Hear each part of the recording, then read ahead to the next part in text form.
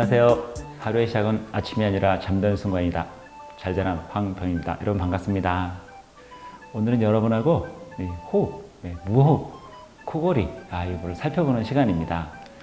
자, 우리가 이제 익히 아셨을 것 같아요. 입호흡을 하면 뭐가 된다? 두통의 원인이다. 코로 숨을 쉬어야 된다. 이런 얘기 많이 들어보셨을 텐데 이게 또 수면과 또 건강에 어떻게 영향을 미치는지 하나씩 한번 꼼꼼하게 살펴보도록 하겠습니다. 이 구강호흡이라고 그러죠? 입으로 자가진단 체크리스트가 있습니다. 이거 제가 하나씩 읽어보면 코를 곤다. 아침에 쉽게 일어나지 못한다. 자고 나면 목이 마르다. 잠을 깊게 들지 못한다. 입술이 자주 말라있다. 자는 도중 화장실에 간다. 유액이 넘치는 역류성 식도염이 있다. 피부가 거칠고 아토피, 천식이 있다. 일을 간다. 항상 피곤하다. 이 중에 한 2개 정도 이렇게만 해당돼도 입으로 호흡하는 습관이 있는 것이다. 이렇게 이제 진단하고 있습니다. 자, 근데 여러분은 어떠신가 모르겠어요. 근데 이게 나도 모르게 이렇게 입호흡, 구강호흡을 하고 있기 때문에 코를 고기 때문에 자신을 잘 모르잖아요. 옆에 있는 배우자가 알거나 같이 자는 동료가 알거나 이렇게 알게 되는 거죠. 자, 그래서 이제 입으로 호흡을 하면 코골이를 동반하게 되죠. 또 하나는 대다수가 수면 무호흡증에 빠지게 됩니다. 자, 이게 이제 순간순간에 이루어지는 걸 잘 못 느끼지만 이게 밤새 자는 동안에 이게 누적이 되기 때문에 이게 상당히 두통과 건강에 영향을 미치는 거죠. 그래서 수면 무호흡증라고 이제 한 거가 코를 두드르륵 골다가 갑자기 확 멈추는 거잖아요. 이게 이제 10초 이상 멈췄다가 다시 푹 이렇게 하는 분들이 이제 죽었나? 이렇게 할 정도로 가끔 이렇게 놀라는 분이 있죠. 그래서 이렇게 흔들어 깨우기도 하잖아요. 이렇게. 근데 아무튼 이런 부분들이 여러 번 지속이 된다 하면 어떻게 할까요?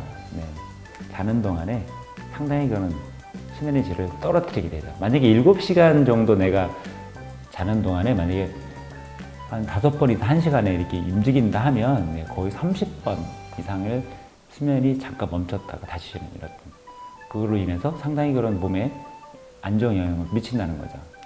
자, 근데 이게 이제 두통을 유발하는 구강호흡, 입호흡이라는 게 결국은 산소가 공급이 안 되기 때문에 그렇습니다. 자, 우리가 먹고 마시고 숨 쉬잖아요. 이 부분이 영양산소가 이제 잘 세포로 전달이 돼야 되는데 그 중요한 산소가 공급이 안 된다 그러면 다음날 두통에 시달리게 되고 그걸 인해서 안 좋은 영향을 계속 미치는 거죠. 아마 그 체내 산소 포화도라고 아마 많이 들어보셨을 것 같아요. 이렇게 병원에 가면 또 꽂는 게 있죠. 그럼 이제 쭉 올라가는데 이게 낮아진다는 거죠. 이렇게 결국은 모든 활동에 세포 활동에 지장을 초래하는 거고요. 또 수면 무호흡증은 또 두통에 바로 직결된 영향을 주기 때문에 굉장히 그 안 좋은 영향을 미친다는 거 꼭 기억하시면 좋을 것 같습니다. 자, 수면 무호흡증 원인이 여러 가지가 있지만 첫 번째로 체중 증가, 살이 찐 경우죠. 또 하나는 두 번째가 나이로 인한 근육의 약화라고 볼 수 있겠습니다. 젊을 때는 이제 코를 안 골았는데 나이가 들면서 코를 고는 이런 일이 생깁니다. 저도 가끔은 보니까 코를 곤다고 그러더라고요. 근데 저는 인식을 못 하는데 젊을 때는 없었거든요. 이런 것처럼 나이가 들면 그런 현상이 일어날 수 있다 이런 얘기죠. 또 하나는 그리고 두상, 이런 턱, 이 구조를 보면 저분은 코를 골 것 같아 라는 상상이 되는 부분이 있어요. 자, 왜 그러냐면 지구는 중력이 작용하기 때문에 누웠을 때 여기 이런 데 살이 많다 그러면 될까요? 기도를 이렇게 좁게 만듭니다. 그러면서 또 코를 고는 요인이 될 수가 있는 거죠. 그리고 코를 곤다 그래서 이거를 수술로 고치려고 하시는 분이 있는데 이거 몇 달 안 갑니다. 다시 수술로 찐 부분이 넓혔지만 다시 시간이 몇 달 지나면 다시 얘가 또 아물면서 다시 좁아져요. 그래서 근본적인 치유는 어렵다라는 걸 좀 아시면 좋을 것 같고요. 그리고 이 사람들이 코를 고면 어떻게 할까요? 옆으로 누우면 이렇게 코를 다 안 골잖아요.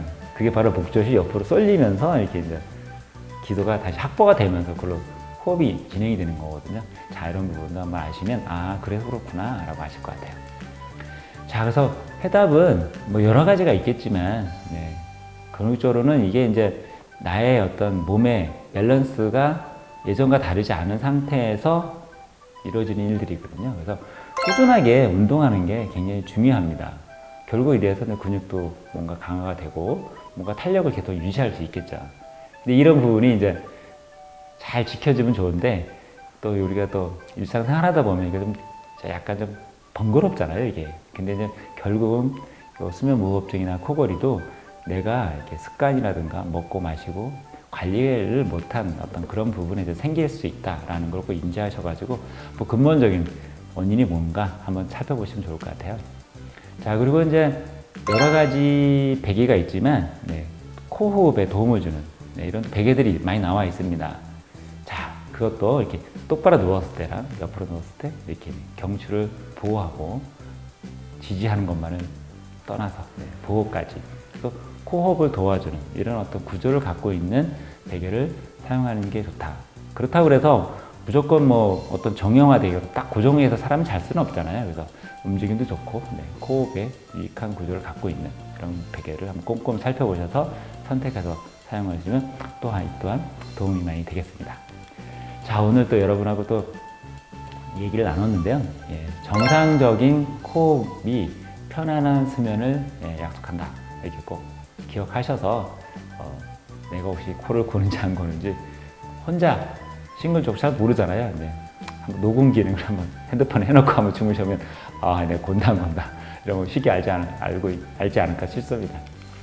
자, 이게 저희가 그 무심코 넘어갈 수 있는 부분이지만, 네, 관리를 하시면 건강하게 또 다음날 상쾌하게 이어질 것 같습니다. 그래서 이런 말이 있습니다. 자는 동안 내일이 달라진다. 네. 잠자는 동안 그런 과정이 어떠냐에 따라 내일이 달라진다. 이런 거 한번 새겨보시면 좋을 것 같습니다. 자, 오늘 내용 어떠셨습니까? 내용이 좋으셨다면 좋아요, 구독, 시청, 알림, 네, 잘 부탁드리면서 잘 되는 또 다음 시간에 또 뵙도록 하겠습니다. 감사합니다.